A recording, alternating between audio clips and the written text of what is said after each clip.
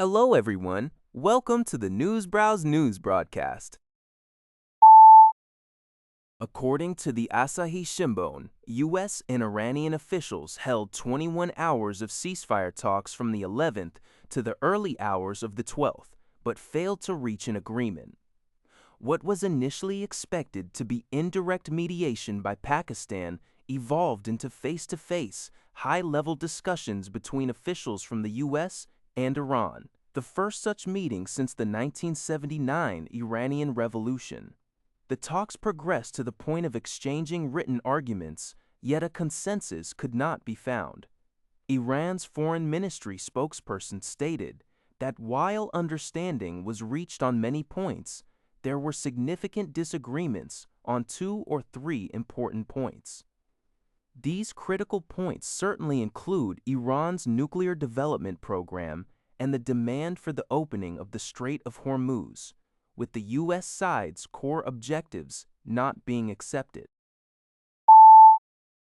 Focus Taiwan reports that Taiwan's cabinet has rejected Beijing's recently unveiled their policy proposals aimed at boosting cross-strait ties, labeling them a tool of coercion and political maneuvering.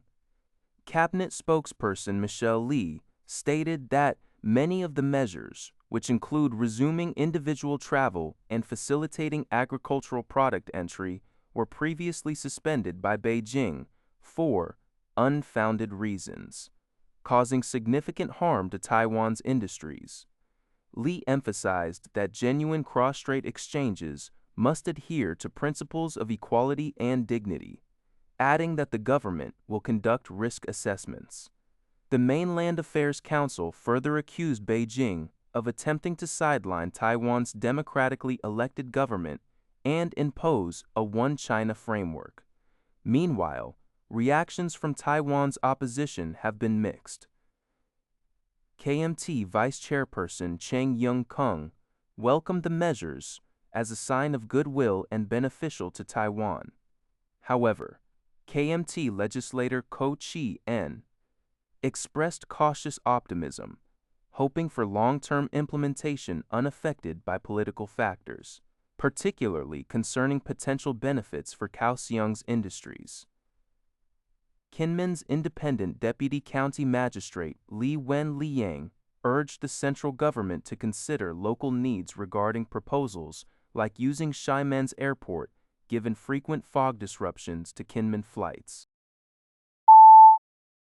Metro.co.uk reports that NASA's Artemis II mission, a £2.9 billion endeavor, successfully completed a 10-day trip around the moon, setting new records for human space travel. The 4-member crew, Reed Wiseman, Victor Glover, Christina Koch, and Jeremy Hansen, traveled further from Earth than anyone since 1972. They also became the first humans to fly in the Orion spacecraft, which they christened Integrity.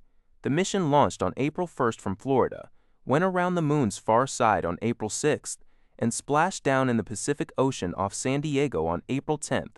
Beyond breaking records, the mission observed previously unseen parts of the moon's dark side and named 2 craters, Integrity and Carroll.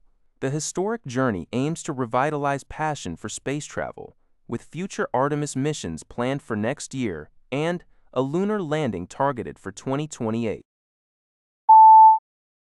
2 U.S. missile destroyers recently transited the Strait of Hormuz to prepare conditions for mine clearance, according to an announcement by the U.S. military on the 11th, as reported by Asahi Shimbun. This operation is described as part of a broader mission to completely remove mines laid by Iran's elite Islamic Revolutionary Guard Corps. The U.S. plans to deploy additional military assets, including underwater drones, for these mine clearance efforts in the coming days. U.S. President Trump stated on social media that the mine clearance had begun for the benefit of multiple nations worldwide.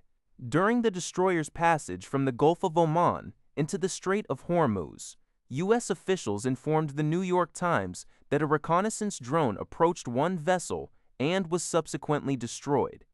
In response, Iran's state broadcaster claimed that the U.S. warships turned back after receiving warnings from Iran. Furthermore, the Islamic Revolutionary Guard Corps issued a statement denying the U.S. claim of passage and threatened strict and resolute measures against any future attempts by warships to transit the strait.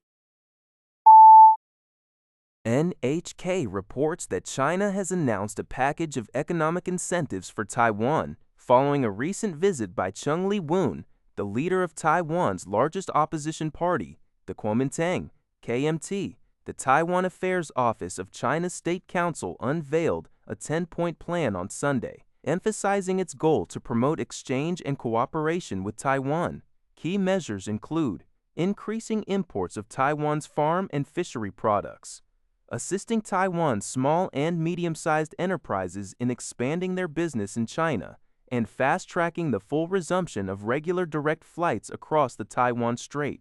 This announcement comes after Chinese President Xi Jinping met with KMT Chair Cheng Li-woon in Beijing on Friday, marking the first talks between leaders of the Chinese Communist Party and the KMT since November 2016. During the meeting, Xi reiterated China's firm opposition to Taiwan independence while expressing a willingness to enhance dialogue with the KMT, which is generally viewed as more conciliatory towards Beijing. Observers suggest that Beijing is utilizing these incentives and increased dialogue with the Kuomintang to exert greater pressure on Taiwan President Lai Ching-te's administration, which Beijing regards as pro-independence. That's all for this video. Thank you for watching. See you in the next video.